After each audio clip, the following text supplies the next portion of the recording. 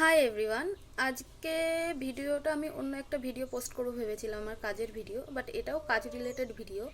এরকম ভিডিও আমি অনেক অন্য সব প্রোফাইলে দেখি, কিন্তু আমারও যে এরকম হবে আমি ভাবিনি, কারণ আমি নিজেকে অতটা যোগ্য মনে করি না।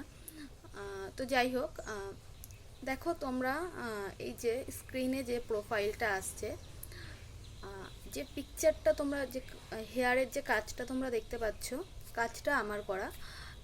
আমার ক্লায়েন্ট, এটা হলো আমার ফেব্রুয়ারির 10 তারিখের কাজ।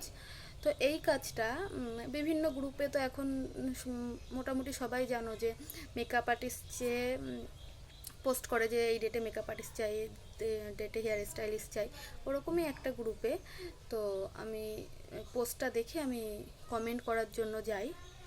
তো তখন দেখি এই দিদিভাই, এই যে প্রোফাইলটা তোমরা দেখতে পাচ্ছ, এই প্রোফাইলে এই দিদিভাই এই কাজটা পোস্ট করে রেখেছে, কিন্তু কাজটা আমার।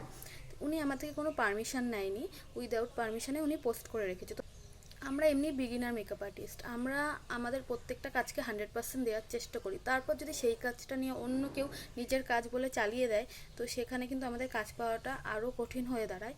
আর তার থেকেও বড় কথা, এটা তো করা উচিত না, না? তুমি তুমি ক্লায়েন্ট বুক নাও, তুমি জানি না তুমি কাজটা পেয়েছো কিনা বা পাবে কিনা, তুমি ক্লায়েন্টকে নিজের করা কাজগুলো দেখাও। কারণ আমরা যাকেই বুকিং করি, যে আমাদেরকে, যেসব ক্লায়েন্টরা আমাদের বুক করে, তারা কিন্তু আমাদের করা কাজ দেখতে চায়, অন্য কোনো আর্টিস্টের কাজটাকে কিন্তু তারা দেখতে চায় না।